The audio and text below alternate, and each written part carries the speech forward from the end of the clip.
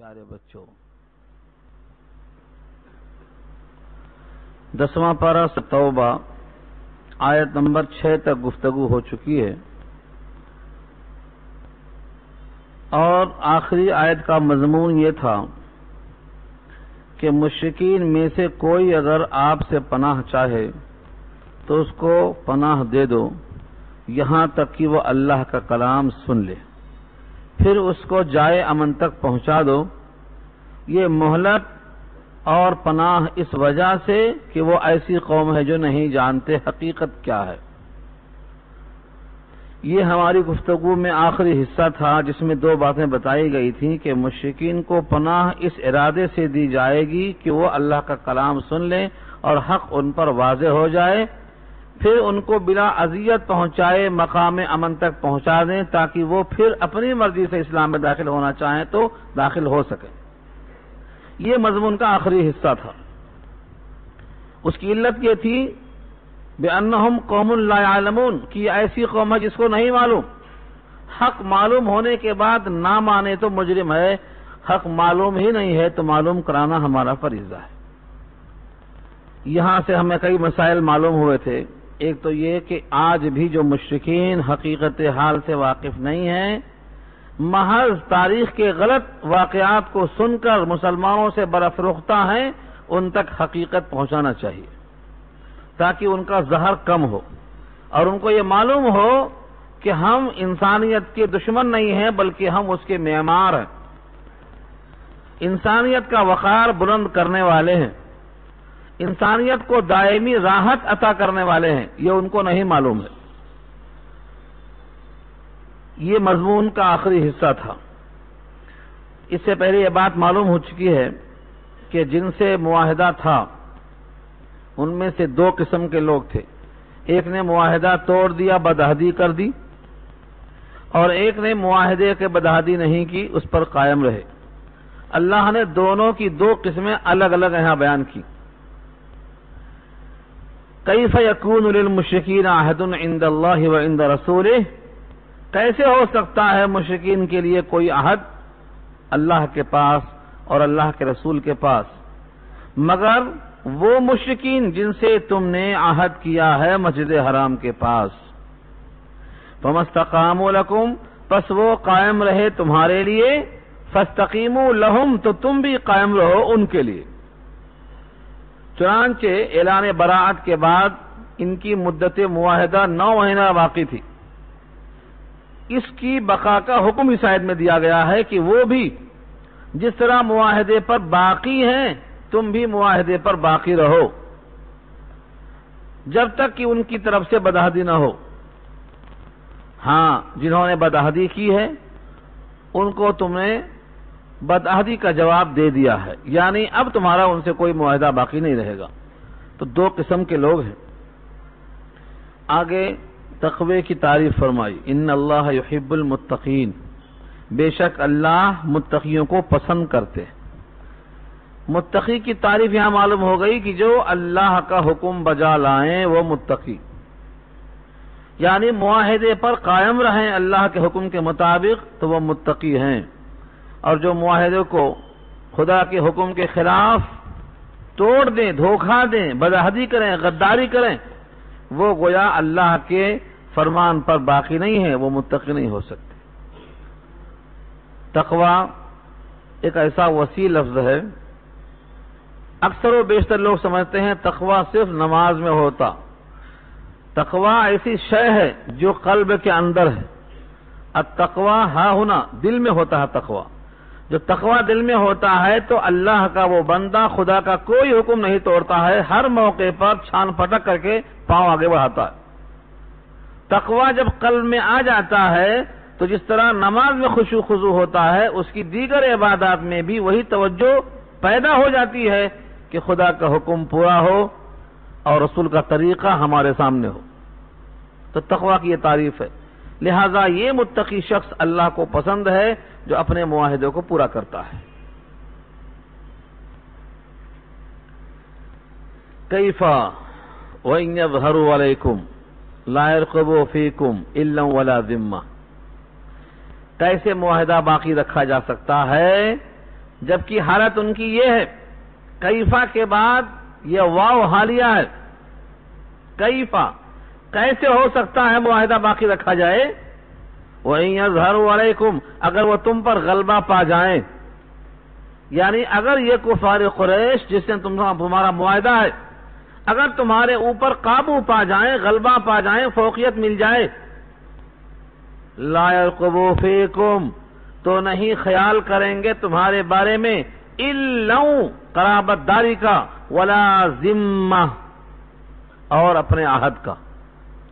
ذمہ کے مراد عہد، اور الا کے معنی یہاں عام الا نہیں ہے، الا ہے، اور الا کے معنی قرابت داری کے آتے ہیں۔ نبی صلی اللہ علیہ وسلم نے کفار قریش سے کہا تھا مقاطعے کے موقع پر، اگر تم رسول مان کر میرا حق ادا نہیں کر سکتے ہو تو کم سے کم قرابت داری کا لحاظ تو کرو، تمہارے قریش خاندان کا ایک فرد ہوں، تمہارے شہر کا رہنے والا ہوں، اور تمہاری بہت سے لوگوں کی قرابتیں مجھ سے ملتی جلتی ہیں، ننیحال ددیحال، تو تم اگر نبوت کا پاس و لحاظ نہیں کر سکتے ہو تو کم سے کم قرابت داری کا پاس و لحاظ کر لو۔ مگر ان لوگوں نے ان تمام کا کوئی خیال نہیں کیا اور 3 سال تک بائیکاٹ کر دیا تھا شعب ابی طالب کی گھاٹیوں میں، وہاں بھی لفظ الا استعمال ہوا ہے۔ تو الا ولا ذمہ کے معنی اگر یہ بدعہد تم پر غلبہ پا جائیں تو ان کے اندر ذرہ بھی حمیت نہیں ہے کہ وہ قرابت داری کا لحاظ کریں گے یا اپنے کیے ہوئے عہد اور معاہدے کا اکرام کریں گے۔ جب ان کی یہ کیفیت ہے تو ان سے معاہدہ باقی رکھا جا سکتا ہے تو کس طرح آخر کیا شکل ہو سکتی ہے؟ یہ ہے کیفا۔ کیفا جیسے ہم اردو میں سوال کرتے ہیں، یہ کیسے ہو سکتا ہے؟ استعجاب کے ساتھ سوال، جیسے پیچھے سن چکے ہیں آپ، کیف تکفرون باللہ، تم اللہ کا انکار کیسے کر سکتے ہو جبکہ تم مردہ تھے، تم کو زندہ کیا، یعنی تم پر اللہ کا اتنا احسان ہے کہ تمہارا وجود اس کی عطا ہے، پھر تم اس مالک کا انکار کیسے کر سکتے ہو؟ ویسے یہاں بھی کہا گیا کیف وَإِن يَظْهَرُوا عَلَيْكُمْ، کیسے ہو سکتا ہے یہ کہ اگر وہ غلبہ پا جائیں تمہارے اوپر تو تمہارے اندر نہ قرابت داری کا لحاظ کریں گے نہ معاہدے کا اکرام کریں گے، بھلا ان سے معاہدہ کیسے رکھا سکتا؟ ممکن نہیں ہے معاہدہ باقی رکھا جانا۔ رہا ان کی باتیں، خوشکن باتیں، دلربا باتیں، میٹھی باتیں، چکنی چپڑی باتیں، زمین و آسمان کے قلابے ملا دینے والی باتیں، اس کا پول کھول دیا جو سینے کے راز سے واقف ہے۔ یرضونکم بافواہہم وتأبى قلوبهم واکثرهم فاسقون، اتنا کلیئر منظر کہیں نظر نہیں آئے گا آپ کو۔ جیسے بادل پہ، آسمان پہ بادل نہ ہو تو تارے اور چاند کیسا نظر آتا ہے کھل کے، ایسا اشکارا کر دیا اللہ نے۔ یرضونکم، یہ تم کو خوش کر رہے ہیں، بافواہہم، اپنے منہ سے، وتأبى قلوبهم، اور انکار کر رہے ہیں ان کے دل، وَأَكْثَرُهُمْ فَاسِقُونَ، اور ان میں سے اکثر لوگ فاسق ہیں۔ کیا مطلب ہوا؟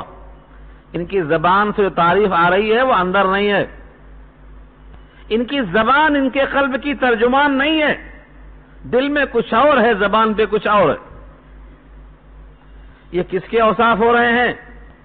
یہ اوصاف ہیں ان کے جو نبی کے دشمن ہیں، جو اسلام کے دشمن ہیں، قرآن کے دشمن ہیں، توحید کے دشمن ہیں، آخرت کے منکر ہیں، اللہ کے باغی ہیں، یہ ان کے اوصاف ہیں۔ سوچو آج ہم کہاں پہنچ گئے؟ ہمارے اس زمانے میں کتنے لوگ ہیں جن کا قلب جو کہتا ہے زبان وہی کہتی ہے؟ کن کن کی زبان ہے ان کے قلب کی ترجمان ہے؟ ذرا دل پہ ہاتھ رکھ کے بولو۔ یہ اوصاف مسلمان کے نہیں ہو سکتے۔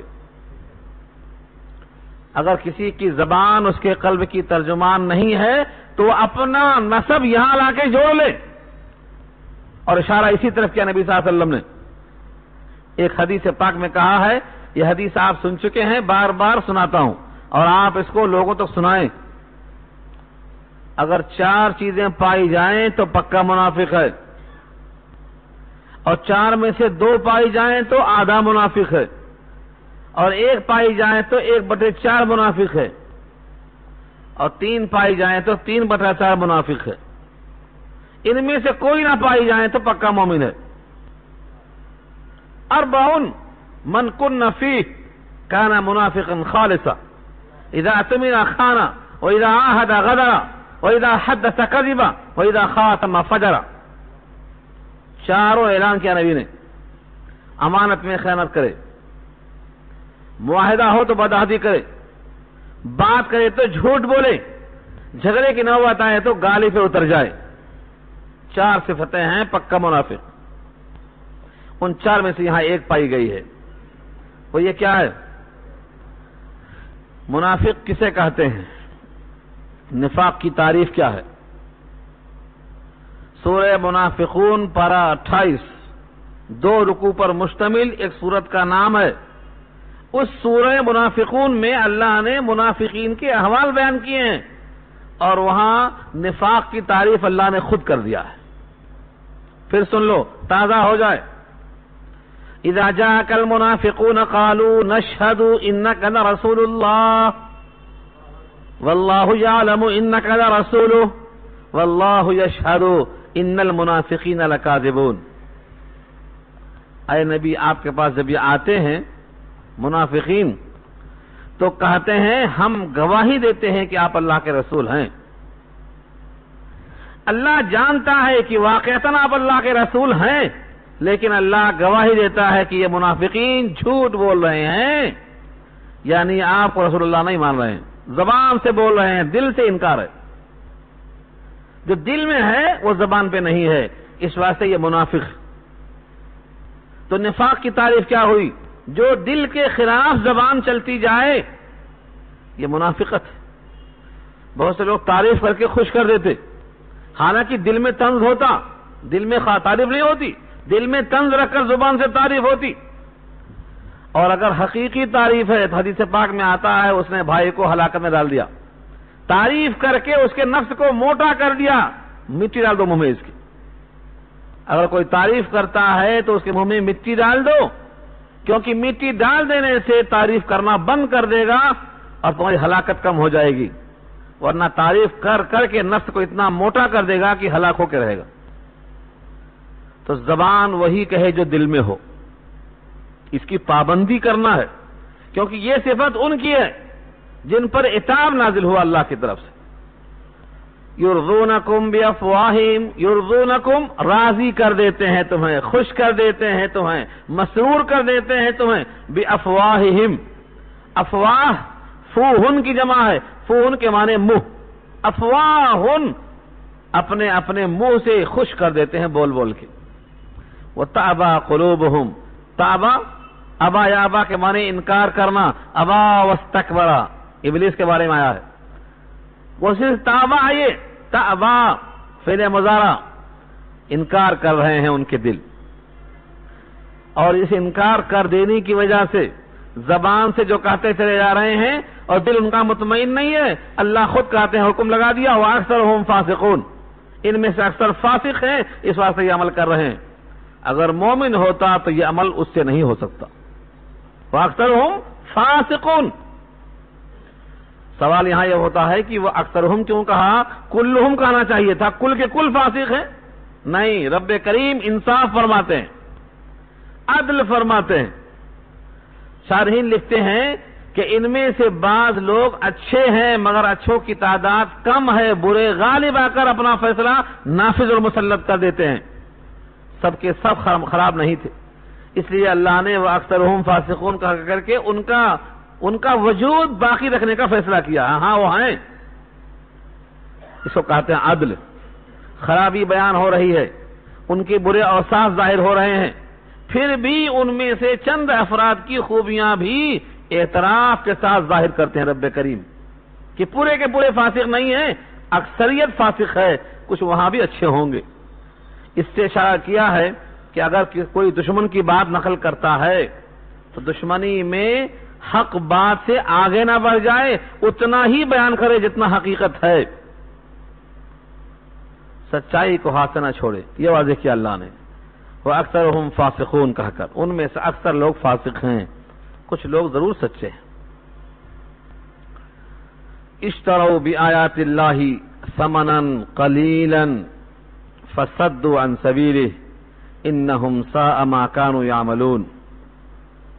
انہوں نے خریدا ہے، اشتروا انہوں نے خریدا ہے، مشتری کہتے ہیں خریدنے والے کو. اشتروا انہوں نے خریدا بآیات اللہ اللہ کی آیتوں کے بدلے میں. کیا خریدا؟ سامانن قیمت، کتنا؟ قلیلاً تھوڑا.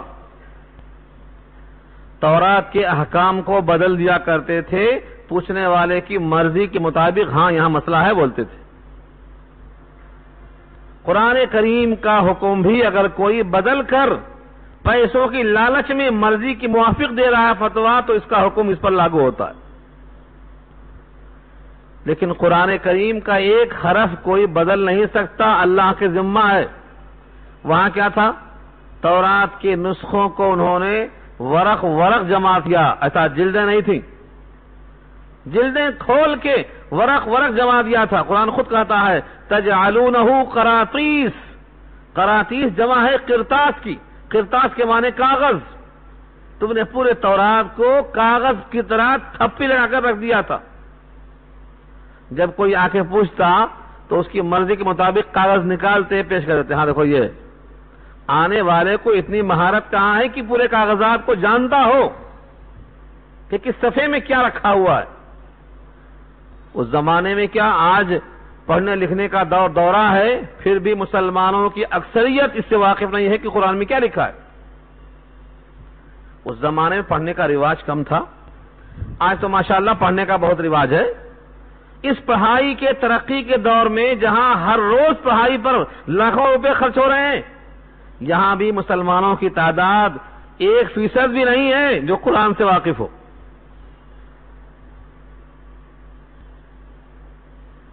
تو قرآن کریم کی آیتوں کو پھر بھی بدلا نہیں جا سکتا، اس لیے کہ اس کا حفظ کا نظام اللہ نے ایسا بنایا ہے کہ ہر صف میں حافظ ملتا، ہر محلے میں حافظ ملتا، ہر مسجد میں حافظ ملتا.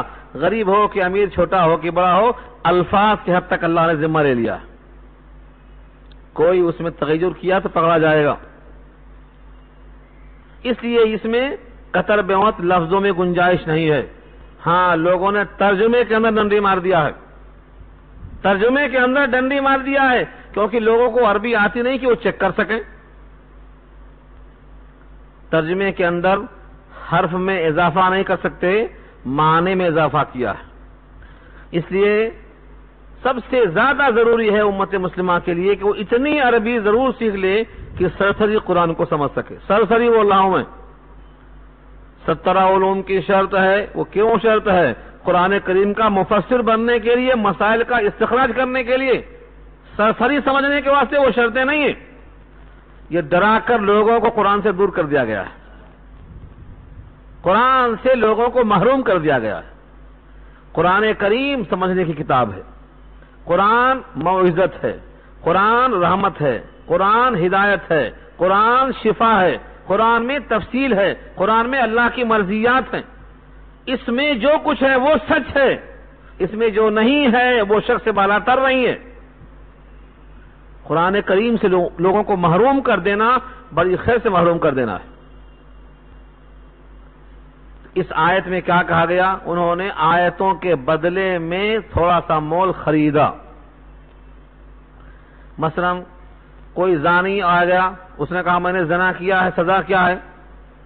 سنگسار ہے سزا، اس کو معلوم ہے، لیکن پھر بھی مسئلہ پوچھ رہا ہے. کہتے نہیں، تمہاری یہ وجہ سے وہ وجہ سے کچھ نہ کچھ وجوہات بتا کر کہہ دیا، دیکھو تمہارے واسطے گدھے پر بٹھا کر منہ میں کالک لگا کر پھرا دینا اور چھوڑ دینا ہے، بس کافی تمہارے واسطے، سزائے موت معاف. یہ کیا ہے؟ یہ ہے اشتروا بآیات اللہ. اس طرح سے وہ اللہ کی احکام کے بدلے میں تھوڑا سا مول لیتے تھے. ابھی 2 دن پہلے میں گیا تھا، یہاں سے قریب میں وقار آباد، وہاں سے آگے ایک گاؤں میں گیا تھا. کچھ لوگ مجھے لے گئے تھے. ایک نکاح وہاں ہوا، نہ لڑکی کا باپ، نہ لڑکی کا بھائی، نہ لڑکی کا ماموں، نہ لڑکی کا دادا، کوئی بھی نہیں. ایک صاحب لائے، اور 2-4 لوگوں نے بیٹھ کر گھر میں نکاح پڑھا دیا، جبکہ اس دولہے کا حال یہ ہے کہ اس کے 4-5 لڑکے لڑکیاں ہیں اور بڑا لڑکا میں سمجھتا ہوں 15 سال سے بڑا ہے، تو میرے پاس آ کے بولتا قوم کا یہ حال ہے، قاضی کا یہ حال ہے۔ قاضی صاحب کو یہ نہیں معلوم کہ کوئی لڑکی اپنا نکاح خود سے اگر کرتی ہے تو وہ باطل ہے۔ دل پہ ہاتھ رکھ کے سوچو، اگر میری لڑکی جائے ایسا کسی کے پاس نکاح پڑھ لے تو دل کیا کہے گا آپ کا؟ دل پہ ہاتھ رکھ کے سوچو۔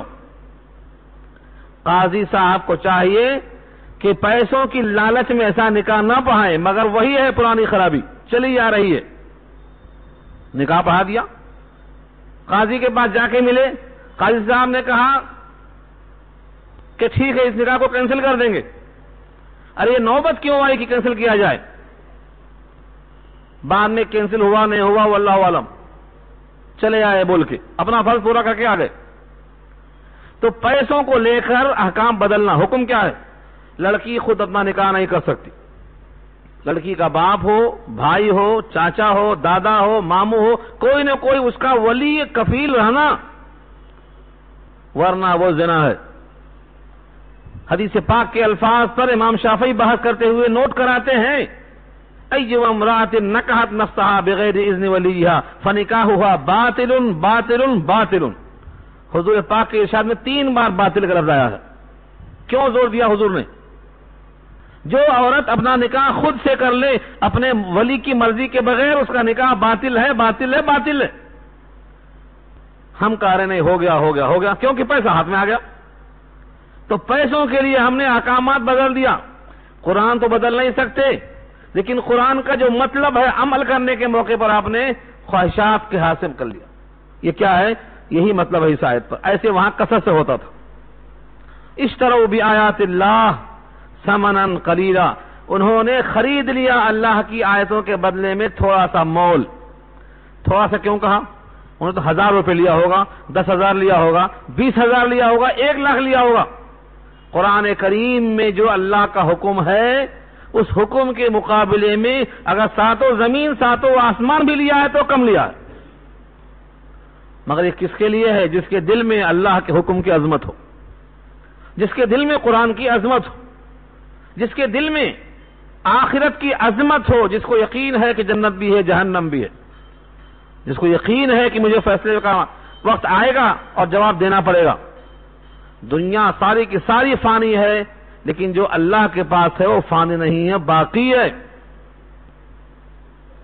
تو اگر ہم کو سب مل جائے، 7 زمین 7 آسمان، اس میں جو کچھ ہے سب مل جائے، لیکن ہم تو فانی ہونے والے ہیں۔ 50 سال 100 سال کے بعد تو ہم تو ختم ہونے والے ہیں۔ تو ہمارے حق میں زمین ختم نہیں ہوگی، مگر زمین کے حق میں ہم ختم ہو جائیں گے۔ اس لیے ساری کائنات بھی لے لیں تو وہ متاع قلیل ہے۔ اللہ نے خود کہا ہے، کہہ دو ان بندوں سے قل متاع الدنیا قلیل، دنیا کا سرمایہ قلیل ہے۔ لیکن اس کے باوجود لوگ احکامات میں ہیرا پھیری کرتے تھے۔ اس امت کا تحفظ کیا ہے الفاظ کی حد تک، لیکن جس کے دل میں قرآن کی عظمت نہ ہو، احکامات کی عظمت نہ ہو، پیسوں کا فقیر ہو، اس کے لیے کوئی چیز حرام و حلال نہیں ہے، وہ جو چاہے کر لیتا۔ اس آیت نے بڑی سختی کے ساتھ ان کے حالات کو پیش کیا ہے۔ انہوں نے خریدا ہے اللہ کی آیتوں کے بدلے تھوڑا مول۔ فصدوا عن سبیلہ، پس روکا ہے انہوں نے اللہ کے راستے سے۔ کس کس کو روکا ہے؟ کیسے کیسے روکا ہے؟ اس سے پہلے درس میں آ چکا تھا کہ صلح حدیبیہ کے موقع پر خود حضور صلی اللہ علیہ وسلم کو روکا کفار قریش نے، جبکہ آپ کے ساتھ 1400 صحابہ تھے۔ کہا آپ عمرہ نہیں کر سکتے۔ یہ کیا ہے؟ روکنا ہے۔ کیوں روکا انہوں نے؟ کیا حق پہنچتا ہے؟ اللہ کے گھر سے اللہ کے بندے کو روکنے کا حق کس کو ہے؟ اس طرح سے ظلم و زیادتی ہے۔ لیکن جب آدمی بک جاتا ہے تو زیادتی اس کو محسوس نہیں ہوتی۔ آج بھی کتنے مسلمان ہیں جو بک گئے، ان کے بک جانے کی وجہ سے اسلام میں جو چیز حرام ہے اس کا وہ ارتکاب کر رہے ہیں، بکنے کی بنا پر ان کو خبر نہیں ہے۔ کتنے لوگ ہیں عقیدہ کیا چیز ہے نہیں معلوم، آخرت کیا چیز ہے نہیں معلوم، ان کے ابا نے مسلمان نام رکھ دیا تھا وہی باقی پڑا ہے، اس نام کا کوئی اثر نہیں ہو رہا ان کے اوپر، برائے نام مسلمان ہیں۔ ایک صاحب نے بہت اچھی بات کہا تھا، بہت اچھے آفیسر ہیں،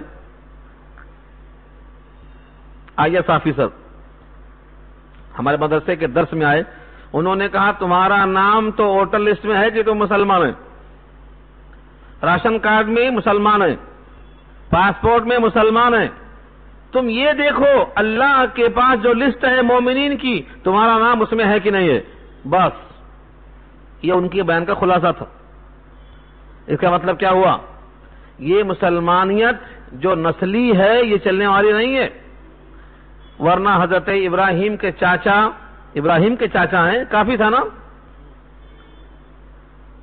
حضرت نوح کا بیٹا پیغمبر کا بیٹا ہے، کافی تھا نا، نوح اور لوط کی بیویاں پیغمبر کی بیویاں ہیں، کافی تھا، حضرت ابو طالب نبی کے چاچا ہیں، ابو لہب نبی کے سگے چاچا ہیں، کافی تھا نا یہ، مگر نہیں، قرآن نے واضح کر دیا ہے سیصلی نارا ذات لہب، قرآن نے صاف کر دیا ہے گئے آگ میں، سیصلی نارا ذات لہب وامرأتہ حمالۃ الحطب فی جیدہا حبل من مسد، کس کے لیے کہا ہے؟ ام جمیل ابو لہب تو واسطے کہا گیا ہے۔ تو یہ نسب نامے کام میں نہیں آتے، حقیقت ہے انسان پر لازم ہے کہ اپنے ایمان کو، اپنے عقائد کو، اپنے اعمال کو درست کرے۔ تو اس آیت میں واضح کر دیا ہے کہ انہوں نے اللہ کے راستے سے روکا، انہم ساء ما کانوا یعملون، بے شک وہ لوگ برا کیے جو کر رہے ہیں، ساء برا کیا، ما کانوا یعملون جو وہ کر رہے ہیں، ان کا یہ عمل انتہائی غلط ہے۔ آگے پھر ان کی وضاحت کی کہ تو ماضی کا حال تھا، اب اگر پھر یہ مل جائیں تو ان کا حال ویسا ہی باقی ہے، لا يرقبون فی مؤمن، نہیں خیال کریں گے وہ کسی مومن کے بارے میں، لا يرقبون فی مؤمن، مومنین میں جو دو زیر ہے تنوین کہتے ہیں، یہ برائے تعمیم ہے، کسی مومن کے بارے میں لا يرقبون، نہیں خیال کریں گے، کس بات کا؟ الا ولا ذمہ، دوبارہ آیا الا ولا ذمہ، نہ قرابت داری کا لحاظ کریں گے نہ اپنے کسی عہد کا خیال کریں گے، وَأُولَئِكَ هُمُ الْمُعْتَدُونَ، اور یہی لوگ ہیں جو حد سے تجاوز کرنے والے ہیں۔ معتدون، اعتداء کے معنی حد سے آگے بڑھ جانا، اپنے حدود سے باہر نکل جانا۔ کوئی بھی بندہ اللہ کی طرف سے اس کے لیے ایک حد مقرر ہے، وَمَن يَتَعَدَّ حُدُودَ اللَّهِ فَقَدْ ظَلَمَ نَفْسَهُ، اور جو اس حدود اللہ سے آگے بڑھ جائے گا وہ کسی پر نہیں، اپنے اوپر ظلم کر رہا ہے، فَقَدْ ظَلَمَ نَفْسَهُ، اپنے ذات پر ظلم کر رہا ہے وہ۔ تو اشارہ یہ ہو گیا کہ یہ سب کے سب حد سے آگے بڑھ جانے والے ہیں۔ یہاں مومنین کو یہ خیال ہو سکتا تھا کہ یہ آئندہ بھی ہمارا خیال نہیں کریں گے، قرابت داری کا نہیں، عہد کا نہیں، تجاوز کرنے والے ہیں، اب ان سے دوستی ہم ختم کر دیں گے ہمیشہ کے لیے، ان سے ملنا جلنا چھوڑ دیں گے، ان سے بات چیت چھوڑ دیں گے، اور کبھی بھی ان کی طاق میں رہیں گے۔ اللہ نے فرمایا نہیں، فَإِن تَابُوا وَأَقَامُوا الصَّلَاةَ وَآتَوُا الزَّكَاةَ فَإِخْوَانُكُمْ فِي الدِّينِ، اتنی غلط کاری کے باوجود کیا کیا اوپر سے آیا؟ نہ یہ قرابت داری کا لحاظ کرتے ہیں، نہ اپنے عہد کا لحاظ کرتے ہیں، دل میں ایک ہے، زبان پر ایک ہے، ان میں فسق و فجور ہے، اللہ کی آیتوں کے بدلے میں تھوڑا سا مول خرید لیتے ہیں، لوگوں کو اللہ کے راستے سے روکتے ہیں، یہ تمام خرابیاں، اس کے باوجود رب کریم کا اعلان ہے فَإِن تَابُوا، اگر یہ توبہ کر لیں، یعنی کفر و شرک سے توبہ کر لیں، فَإِن تَابُوا، اگر توبہ کر لیں، وَأَقَامُوا الصَّلَاةَ، اور نماز قائم کر لیں، وَآتَوُا الزَّكَاةَ، اور زکوٰۃ کو دینے کا فیصلہ کر لیں، فَإِخْوَانُكُمْ، تو تمہارے بھائی ہیں، فی الدین، دین کے بھائی، تمہارے دینی بھائی ہیں یہ۔ یعنی جیسے اللہ کا قانون ہے کہ زندگی بھر کا مشرک، زندگی بھر کا کافر اگر آخری وقت میں کلمہ پڑھ کر اسلام میں آ جائے تو تمام نیکیاں باقی ہو جائیں گی، اور تمام گناہ سابقہ ختم ہو جائیں گے۔ اے مومنو، یہ صفت اللہ کی تم بھی اپناؤ ان بھائیوں کے درمیان۔ اگر یہ منافقین، اگر یہ فاسقین، اگر یہ منافقین دوبارہ ایمان لے آئیں، توبہ کر لیں، نماز قائم کر لیں، تو پرانی باتیں تم بھی بھلا کر کے اخوانکم فی الدین کا مظاہرہ کرو، ان کو بھائی مان لو، تسلیم کر لو۔ اور ایسا ہی ہوا، ایسا ہی ہوا۔ اللہ تعالی نے کتنے لوگوں کو توفیق دیا تھا، آپ کو یاد ہوگا۔ ابو سفیان سن 8 ہجری میں اسلام میں آئے، اس سے پہلے اسی لائن میں تھے وہ بھی۔ سب سے بڑا سردار کافروں کا ابو جہل جو مارا گیا بدر میں، اس کا حقیقی بیٹا اکرمہ ابن ابی جہل، اکرمہ کیا ہو گئے؟ رضی اللہ تعالی عنہ بن گئے۔ اکرمہ ابن ابی جہل، ابو جہل کا بیٹا ہونے کے باوجود رضی اللہ تعالی عنہ بن گئے۔ اور مفسرین میں ان کی روایتیں بڑی ممتاز ہوتی ہیں تفسیر کے اندر۔ اکرمہ کا وہ حال ہے، سہیل بن عمر کا وہی حال ہے، یہ سب کے سب توفیق ہوئی خدا کی، توبہ کیا، نماز قائم کی، زکات دیے، تمہارے بھائی بن گئے، بلکہ تم ان پر رضی اللہ تعالی عنہ کہنے والے بن گئے۔ یہ موقع دیا اللہ نے۔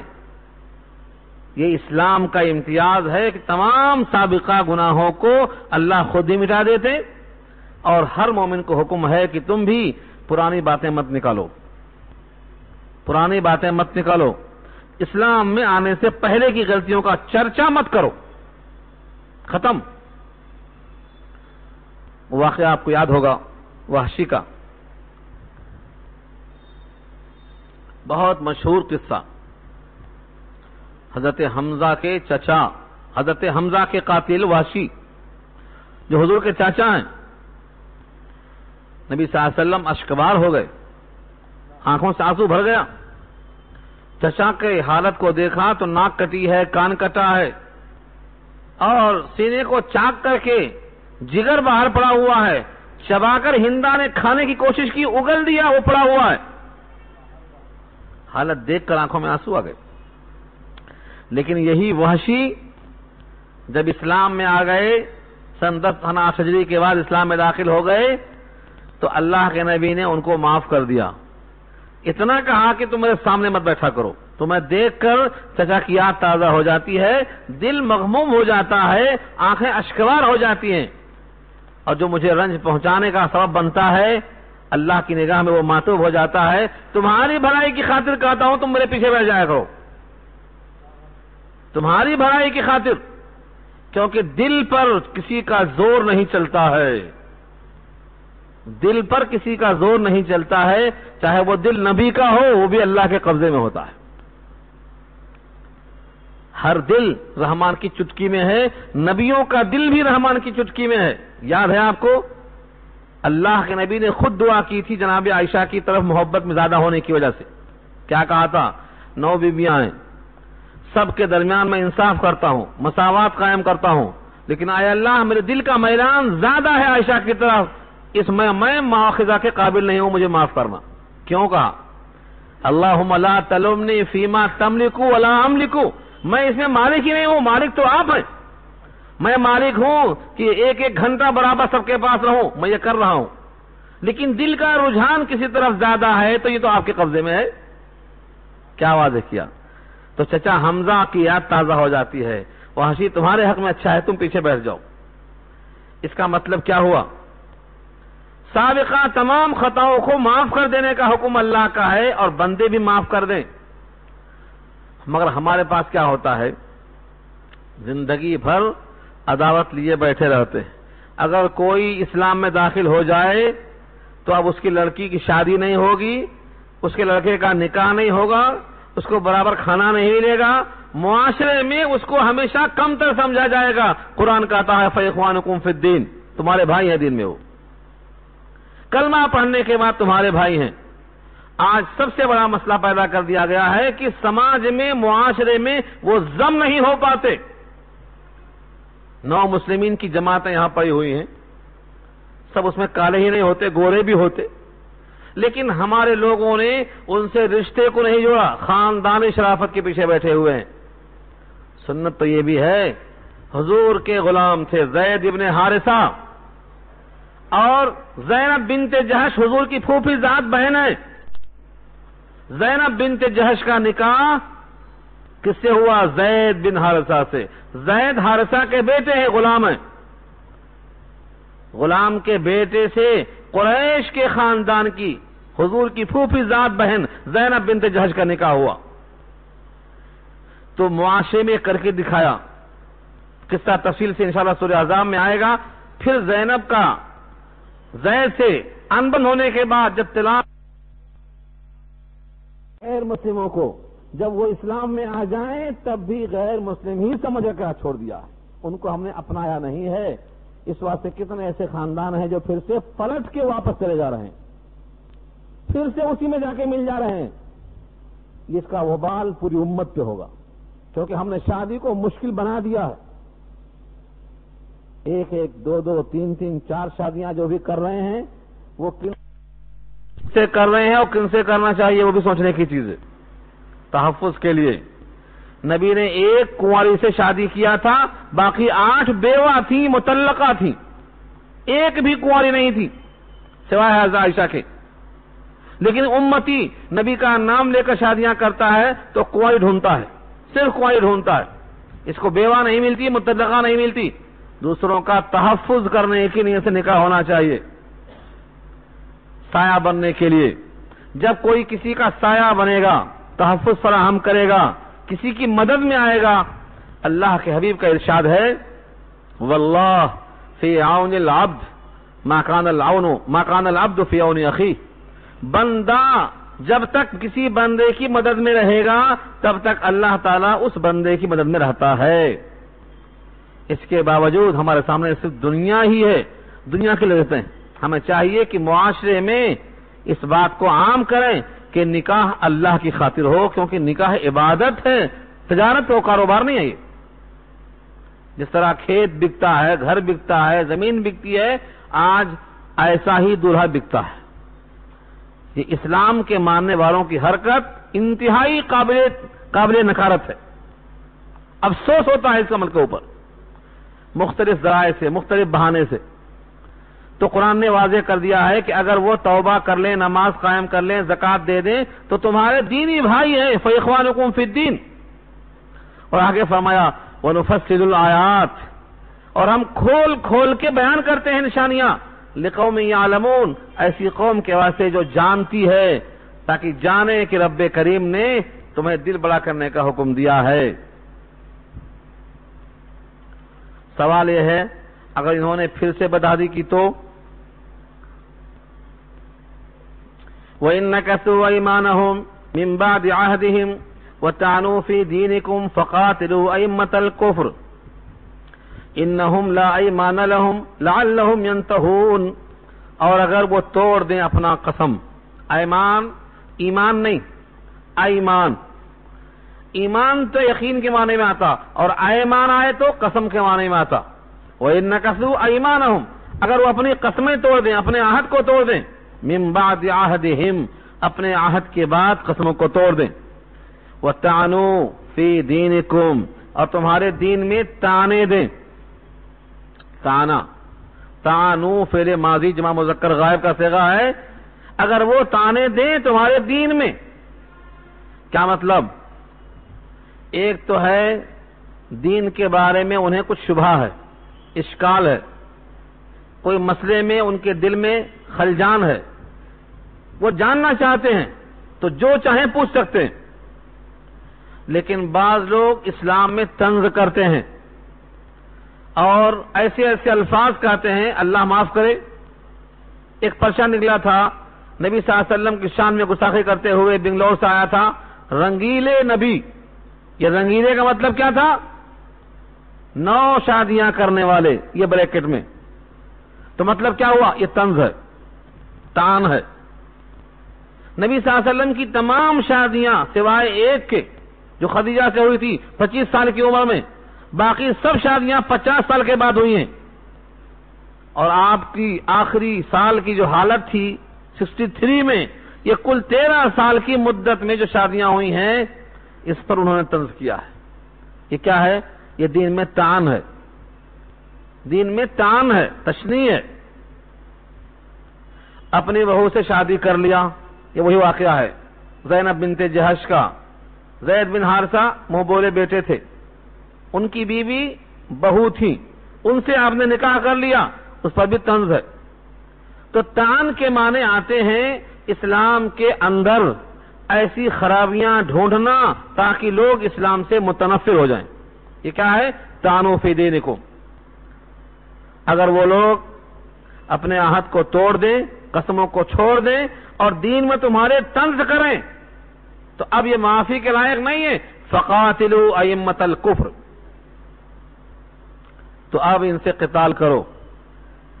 یوں کہا ہوتا فقاتلوہم، ان سے قتال کرو، نہیں، ہم ضمیر لفظ چھوٹا، اس کے باوجود اللہ نے بڑا لفظ استعمال کیا، کیا؟ ائمۃ الکفر۔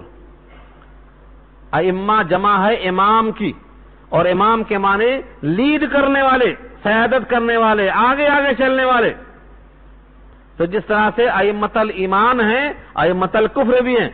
ان بڑے بڑے سرداروں کو مارو۔ کیوں مارو؟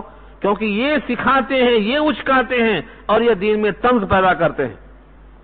آج کتنے لوگ ہیں ہندوستان میں آپ بیٹھے ہوئے ہیں، کیا جتنے لوگ اسلام کے خلاف لکھنے والے ہیں یہ مسلمان ہیں؟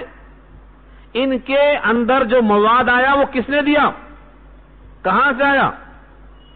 ان لوگوں نے دین میں جو ہتک آمیز باتیں لکھی ہیں وہ کہاں سے لائے ہیں؟ یہ در حقیقت صرف نام ہے ان کا مسلمان، ورنہ اندر سے منافق ہے۔ یہ اس میں ایک بھی مسلمان نہیں ہے۔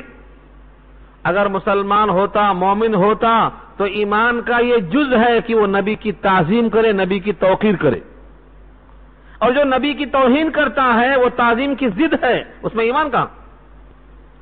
سورہ اعراف کی آیت سن چکے ہیں آپ؟ سورہ اعراف کی 158 نمبر کی آیت پہ بحث ہو چکی ہے۔ وَتُعَزِّرُوهُ وَتُوَقِّرُوهُ، نبی کی تعظیم کرو، نبی کا تعاون کرو، نبی کی تکریم کرو۔ تو جب تکریم کے بجائے توہین پہ آ گئے تو ایمان کہاں ہے؟ ان کا نام ہم پڑھ لیتے ہیں اخباروں میں، ہم سمجھتے ہیں کہ یہ مسلمان ہے۔ مسلمان کا نام رکھ لیا ہے دھوکہ دینے کے واسطے۔ یہ منافق ہے حقیقت میں، جس میں نبی کی عظمت نہیں ہے وہ مومن ہو ہی نہیں سکتا۔ قرآن کریم نے یہ واضح کر دیا ہے، وَطَعْنُوا فِي دِينِكُمْ، تمہارے دین میں اگر یہ طعنہ زنی کرتے ہیں تو فَقَاتِلُوا أَئِمَّةَ الْكُفْرِ، کافروں کے بڑے بڑے ائمہ کو قتل کرو۔ کیوں؟ انہم لا ایمان لہم لعلہم ینتہون، اس واسطے کہ ان کا کوئی عہد نہیں ہے، کوئی اگریمنٹ نہیں ہے، کوئی معاہدہ نہیں ہے، کوئی ان کا قسم کا اعتبار نہیں، اور ایسا بڑے بڑوں کو مارنے سے لعلہم ینتہون، شاید کہ وہ رک جائیں، اپنے طعنہ زنی سے رک جائیں، اس واسطے یہاں حکم دیا گیا ہے۔ ہمارے لوگ کہتے ہیں فتویٰ غلط ہے۔ فتویٰ غلط بولنے سے پہلے دیکھو کلام پاک میں کیا لکھا ہوا ہے، کون سا فتویٰ غلط ہے، کون سا صحیح ہے، اس کو چیک کرنے کے واسطے دماغ نہیں دیا، دماغ نہیں کافی ہے اس کے لیے۔ فتویٰ صحیح ہے کہ غلط ہے، ترازو یہاں ہے۔ اپنے فتویٰ کو چیک کرنے کے واسطے ترازو یہ قرآن ہے، یہاں چیک کرو۔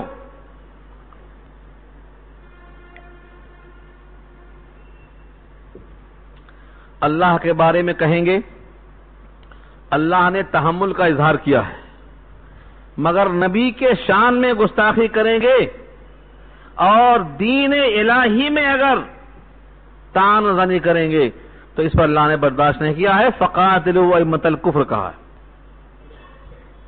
ان بڑے بڑے سرداروں کو قتل کرو، اس لیے کہ یہ مور آستین ہے۔ ان کے بارے میں خود قرآن واضح کرتا ہے آگے، الا تقاتلون قوما نكثوا ايمانهم وهموا باخراج الرسول وهم بدؤوكم اول مره اتخشونهم فالله حق ان تخشوه ان كنتم مؤمنين۔ یہ آیت نمبر 13 ہے۔ سورہ توبہ آخری سورت ہے احکام کے لحاظ سے، نازل ہونے میں سب سے آخری سورت ہے یہ اپنے احکامات کے لحاظ سے۔ مطلق دیکھا جائے تو آخری صورت ہے اذا جاء نصر اللہ، جس میں نبی صلی اللہ علیہ وسلم کے دنیا سے جانے کی خبر ہے، لیکن سورہ توبہ احکام کے لحاظ سے آخری صورت ہے۔ یہ آیت نمبر 13، بڑے غور سے دیکھو لفظوں کو. رب کریم ان تمام صحابہ سے مخاطب ہو کے فرماتے ہیں الا تقاتلون قوما، کیا تم قتال نہیں کرو گے ایسی قوم سے نکثوا ایمانہم، جنہوں نے اپنے عہد کو توڑ دیا، وہموا، اور مہم چلائی، ہمو اہتمام کیا، ہمو فکر مند ہوئے، ہمو سازش کیا. اس کا ترجمہ کرتا ہوں میں ہمو کا. کیا مہم چلایا؟ بِإِخْرَاجِ الرسول، نبی کے اخراج کی مہم چلایا. کہاں سے؟ مدینے سے نبی کو نکالنے کی مہم چلایا. کیا کہا؟ کچھ لوگ آ گئے ہیں نعوذ باللہ من ذالک، جو اذل ہیں، برتر نہیں ہیں، کمتر ہیں، اور آ کر ہمارے اوپر بڑائی اور فوقیت جتاتے ہیں. جب مدینے میں جائیں گے تو عزت والے ذلت والوں کو باہر نکال کے پھینک دیں گے. یہ پوری تفصیل سورہ منافقون میں پڑھ لیجئے 28واں پارہ میں. نکال دیں گے. ان کی فکر تھی. یہ فکر ہوئی کیوں تھی؟ عبداللہ ابن ابی ابن سلول کی تاج پوشی ہونے جا رہی تھی. یہ مکے میں نہیں، مدینے میں. مدینے کا سردار بننے جا رہا تھا، اور اوس اور خزرج اور یہود سب قبیلے مل کر اس کی گلپوشی کرنے جا رہے تھے. مگر نبی صلی اللہ علیہ وسلم کی ہجرت کی وجہ سے سب کی توجہ ادھر کھنچ کے آ گئی، اس کی تاج پوشی رہ گئی. اس لیے اس کے دل میں نفرت پیدا ہو گئی. اور اس کا یہ جملہ تھا، اس نے کہا تھا چلو غزوہ تبوک سے لوٹ کر جا رہے ہیں، اندر پہنچتے ہی نکال کے باہر پھینکیں گے ان کو. زید ابن ارقم نے سن لیا، نبی کو مطلع کیا، بلائے گئے. اس نے کہا میں تو ایسا نہیں بولا، میں نے ایسا نہیں کہا، انکار کر گیا، مکر گیا. سب لوگوں نے زید ابن ارقم کو بچہ سمجھ کر کے دبا لیا، لیکن بچہ نہیں تھا، صاحب ایمان تھا، مسترد تھا. کرب میں مبتلا ہو گیا کہ میرا نبی کے سامنے یہ حال ہو گیا. سر جھکا کر متوجہ ہوا اللہ کی طرف. ان کی تائید میں سورہ منافقون کی وہ آیتیں نازل ہوئی. ہاں کہا ہے انہوں نے، منافقوں نے ایسا کہا ہے. کیا کہا ہے؟ تفصیلی بحث انشاءاللہ سورہ منافقون میں آئے گی. آپ کو جلدی ہے تو گھر جا کر دیکھ لینا کیا کہا ہے کل 2 رکوع، لمبی صورت نہیں، 2 رکوع ہے. وہاں سے اشارہ یہ ہے کہ انہوں نے فکر کیا تھا نبی کو نکال دیں گے. لیکن عبداللہ اس منافق کا بیٹا پکا مومن تھا. اس نے تلوار لیا اور کھڑا ہو گیا دروازے پر مدینے کے. کہا بخدا جب تک میرا باپ یہ نہ کہے رسول اللہ عزیز اور عزت والے ہیں اور میں ذلیل اور کمتر ہوں، جب تک یہ نہیں کہے گا مدینہ میں اس کی ٹانگ نہیں گھسنے دوں گا. نبی کو معلوم ہوا تو آپ نے کہا نہیں، ایک بیٹے کو باپ کے ساتھ یہ سلوک جائز نہیں ہے. ایک بیٹے کو باپ کے ساتھ یہ سلوک جائز نہیں ہے. مگر بیٹا ایمانی حمیت رکھتا تھا. یہ ہے کیفیت صاحب ایمان کی. نہ باپ، نہ ماں، نہ دادی، نہ نانی، کوئی نہیں. نبی کا حکم، نبی کی منشا سب سے مقدم. یہ صاحب ایمان کی علامت ہے. ہمارے پاس چاہے جنازہ ہو، چاہے شادی ہو، چاہے کاروبار ہو، چاہے زمین ہو، اماں کی یہ خواہش، بیوی کی یہ خواہش، پھپھو کی یہ خواہش، خالہ کی یہ خواہش، نہ اللہ نہ اللہ کا رسول، سب غائب. تو قرآن کریم سے معلوم ہوتا ہے کہ سب سے مقدم اللہ کا حکم. کیا کہا؟ کیا تم ان سے لڑو گے نہیں؟ الا تقاتلون، کیا تم ان سے قتال نہیں کرو گے؟ ایسی قوم جنہوں نے اپنا ایمان توڑ دیا، اپنا عہد توڑ دیا، اپنی قسم چھوڑ دیا. وہ ہمو باخراج الرسول، اور نبی کو نکالنے کے در پہ ہو گئے. وَهُمْ بَدَؤُوكُمْ أَوَّلَ مَرَّةٍ، اور انہوں نے پہل کر دی پہلی مرتبہ بدعہدی کرنے کی. پچھلے ہفتے میں جو تھے ان کو معلوم ہے بنی خزاعہ بنی بکر کی جنگ ہوئی. بنی خزاعہ نبی کے حلیف تھے، ان کے ساتھ بنی بکر نے جنگ کیا تو قریش نے تعاون کیا. یہ یہاں مراد ہے. پہل کیا انہوں نے. اتخشونہم، اے مسلمانوں کیا تم ان سے ڈرتے ہو؟ اتخشونہم، کیا تم ان سے لڑتے ہوئے ڈرتے ہو؟ تعداد دے کر، کثرت دے کر، وسائل دے کر، تعلقات دے کر؟ فاللہ احق ان تخشوا، بس زیادہ حقدار اللہ ہے کہ اس سے تم ڈرو، ان کنتم مؤمنین، اگر تم ایمان والے ہو۔ اگر تمہارے اندر ایمان ہے اور اللہ کی عظمت ہے، اللہ کے قانون کی عظمت ہے، تو تمہیں تو اللہ سے ہی ڈرنا چاہیے، کیونکہ زیادہ حقدار وہ ہے۔ اس آیت نے ہمیں واضح کر دیا، زیادہ سے زیادہ یہ گردن مار سکتے ہیں، لیکن اس میں سے جو روح نکلے گی اس روح سے اللہ راضی ہوں گے۔ اس روح کا پیغام کیا ہوگا؟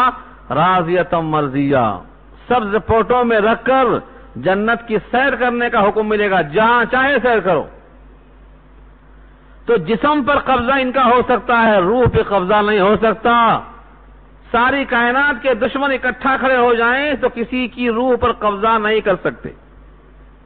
اور جسم اصل نہیں ہے، روح اصل ہے، کیونکہ جسم کا سارا حصہ غذاؤں سے بنا ہے، اور غذائیں سب کی سب مٹی سے نکلی ہیں، اس لیے پورا جسم مٹی میں رہ جاتا ہے۔ اس میں روح ہے جو اللہ کے پاس سے آئی ہے، وہ واپس جائے گی۔ ساری کائنات مل کے ایک کی روح کو روکنے پر قادر نہیں ہے، اس لیے کہا ہے فاللہ حق ان تخشوا، اللہ زیادہ حقدار ہے کہ تم اس سے ڈرو۔ اگر تم مومن ہو، تمہیں یقین ہے کہ اللہ اس روح کو خوش کرے گا۔ جسم ان کے تابع ہے تو کیا ہوا؟ حضرت آسیہ بنت مزاحم پر جب پتھر گرایا اوپر سے چٹنی ہونے کے لیے اور ہاتھ پیر کو میخ ٹھونک دیا تھا، آسیہ کو اللہ نے جنت کا محل دکھا دیا، اس میں آ جا۔ روح سیدھا عرش اعظم تک پہنچ گئی، جنت کے محل میں داخل ہو گئی، اور وہ پتھر کہاں گرا؟ بے جسم، یعنی اس میں جان نہیں، بے جان جسم پہ پڑ گیا۔ تو جسم کا کوئی حصہ کسی کے قبضے میں جا سکتا ہے، لیکن اس میں سے روح جو نکلے گی اس پر قبضہ صرف اللہ کا ہے، اور وہ بھی اللہ چاہیں تو وہ جسم کا بھی تحفظ کر سکتے ہیں۔ فرعون جیسے باغی کا جسم محفوظ کر کے دکھا دیا کہ ہم دشمن کا جسم بھی چھپانا چاہیں تو دکھا سکتے ہیں چھپا کے۔ آج بھی مصر کے عجائب خانے میں فرعون کی لاش رکھی ہے، وعدہ ہے سورہ یونس میں فَالْيَوْمَ نُنَجِّيكَ بِبَدَنِكَ لِتَكُونَ لِمَنْ خَلْفَكَ آیَةً، آج تیرے جسم کو ہم نجات دے رہے ہیں تاکہ تو بعد والوں کے واسطے عبرت بن جائے۔ آج وہ محفوظ ہے، اللہ چاہتے ہیں تحفظ کرتے ہیں۔ بیر معونہ کے موقع پر 70 صحابہ میں سے صرف 2 بچے تھے، 68 قتل کر دیے گئے تھے، شہید کر دیے گئے تھے۔ اس میں سے ایک کو کافر دے جانا چاہتے تھے، اللہ نے شہد کی مکھیوں کا جتھا ایسا بھیج دیا کہ ان کے جسم کا ایک بال کے برابر جسم نہیں دکھائی دیا، ڈھانپ دیا پورا، اور ایک کفار اس جسم کو لے جانے پر قادر نہیں ہوئے، بچایا اللہ نے۔ ان کی دعا تھی اے اللہ میرے جسم کو بھی ان سے بچانا، پورا کیا اللہ نے۔ تو اللہ تعالی ہر چیز پر قادر ہیں، جیسی بندہ توقع کرتا ہے اللہ فیصلہ کر دیتے ہیں۔ تو ڈرنا کس سے ہے؟ اللہ سے۔ کیوں لڑیں ہم؟ سوال یہ ہوتا ہے۔ اللہ قادر ہیں، خود ہی مار دیں دشمن کو، تعاون ڈال دیں، عذاب ڈال دیں، بارش بھیج دیں، سیلاب ڈال دیں، زلزلہ بھیج دیں، ہوائیں بھیج دیں، ہم سے کیوں؟ ہمارے ہاتھ میں تلوار کیوں؟ دیکھو جواب، قاتلوہم، تم ان سے قتال کرو، کیوں؟ یعذبہم اللہ بایدیکم، اللہ تمہارے ہاتھوں سے ان کو عذاب دینا چاہتے ہیں، تمہارے ہاتھوں سے اللہ ان کو عذاب دینا چاہتے ہیں تاکہ تمہارا اجر زیادہ ہو، ان کی ذلت زیادہ ہو، اور وَيُخْزِهِمْ، اور ان کو رسوا کرنا چاہتے ہیں، وَيَنْصُرْكُمْ عَلَيْهِمْ، اور تمہاری ان کے خلاف مدد کرنا چاہتے ہیں، وَيَشْفِي صُدُورَ قَوْمٍ مُؤْمِنِينَ، اور ایمان والی قوم کے دل کو ٹھنڈا کرنا چاہتے ہیں۔ کتنے مسلمان ہیں جو جلے ہیں، بھنے ہیں، تڑپے ہیں؟ کیوں؟ جیسے آج سارے عالم کے مسلمان مضطرب ہیں، کروڑوں بچے یتیم ہو گئے، کتنی عورتیں بے عصمت ہو گئیں اور کتنی عورتوں کو بیوہ کر دیا گیا، اس زمین پر خون ناحق کتنا بہایا گیا، آج کروڑوں دل مضطرب ہیں، ایسے اس وقت بھی مضطرب تھے، ان کی خواہش تھی کہ ہمارے سامنے دشمن ایسا ایسا ایسا کیا جائے، ان کے دل ٹھنڈے ہو جائیں گے۔ کیا ترجمہ ہے؟ وَيَشْفِ صُدُورَ قَوْمٍ مُؤْمِنِينَ کا، اور ایسی قوم جو ایمان والی ہے اس کے دل کو ہم ٹھنڈا کریں۔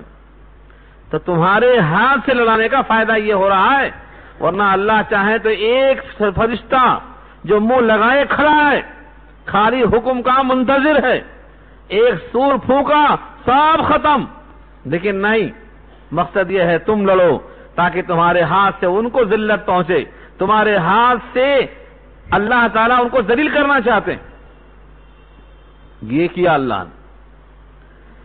وَيُذْهِبْ غَيْظَ قُلُوبِهِمْ، اور چلا جائے ان کے قلوب کا غیظ و غضب۔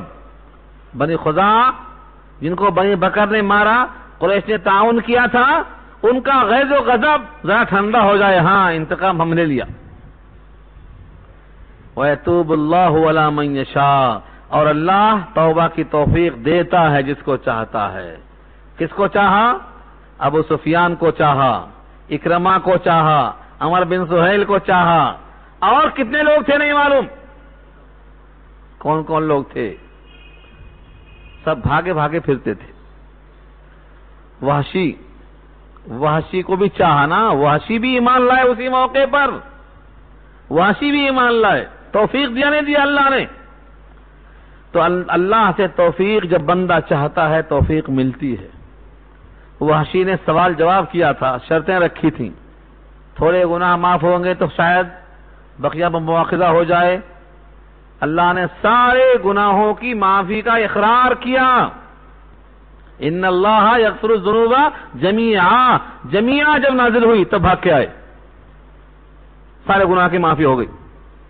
تو اللہ جس کو چاہتے ہیں توبہ کی توفیق دیتے ہیں۔ واللہ علیم حکیم، اللہ علم و حکمت والے ہیں۔ اس رکوع کی آخری آیت بہت اہم ہے۔ ام حسبتم ان تترکوا، کیا تمہارا گمان ہے کہ تم یوں ہی چھوڑ دیے جاؤ گے؟ اللہ اکبر۔ ام حسبتم، کیا تم نے گمان کر لیا ہے ان تترکوا کہ تم یوں ہی چھوڑ دیے جاؤ گے؟ وَلَمَّا يَعْلَمِ اللَّهُ الَّذِينَ جَاهَدُوا مِنْكُمْ، اور ابھی تک اللہ نے معلوم نہیں کیا ہے کہ تم میں سے کون مجاہد ہے۔ یہ عالم کا ترجمہ قاضی صاحب لکھتے ہیں، قاضی بیضاوی، اور قاضی ثناء اللہ پانی پتی کہتے ہیں یہاں پر علم بمانا معلوم ہے، اللہ کو ہر چیز کا علم ہے، لیکن اس علم کو عملاً معلوم نہیں کرایا ہے کہ تم میں مجاہد کون ہیں۔ کیسے معلوم؟ تم میں مجاہد کون ہے، تم میں منافق کون ہے، تم میں بزدل کون ہے، تم میں شری کون ہے، کیسے معلوم ہو؟ ہاں جب کسوٹی پہ رکھ کے دیکھیں گے تب معلوم ہوتا ہے سونا کون سے کیرٹ کا ہے، 24 ہے کہ 20 ہے۔ گھسنا پڑے گا اس کو، تپانا پڑے گا، تب بنتا ہے کندن۔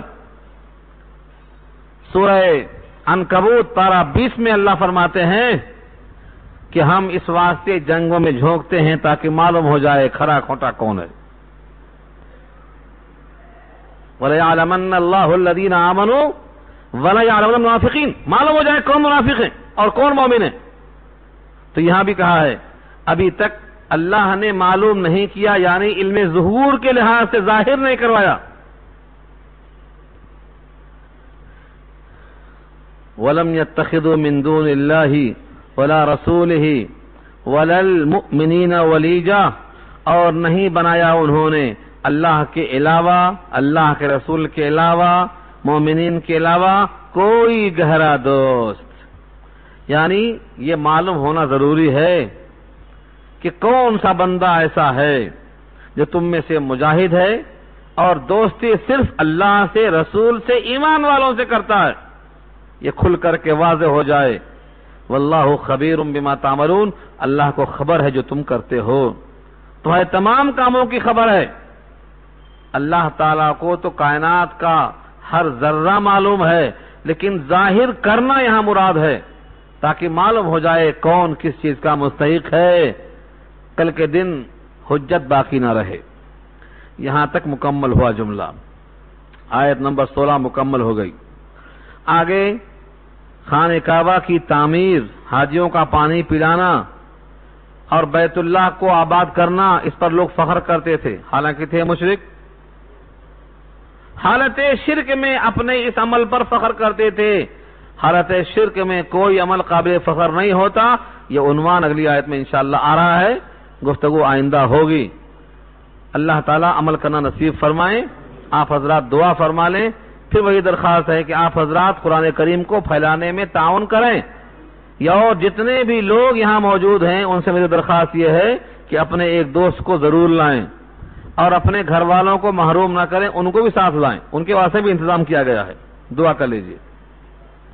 الحمدللہ رب العالمین، الصلاۃ والسلام علی سید المرسلین، یا حی یا قیوم برحمتک نستغیث، یا رب لک الحمد کما ينبغی بجلال وجهک العظیم، اللهم لا احصی ثناء علیک انت کما اثنیت علی نفسک، اللهم لا مانع لما اعطیت ولا معطی لما منعت ولا ينفع ذا الجد منک الجد، اللهم انا نعوذ بک من الشقاق والنفاق وسوء الاخلاق، وصلی اللہ تعالی علی خیر خلقہ سیدنا مولانا محمد وآلہ واصحابہ اجمعین برحمتک ارحم الراحمین۔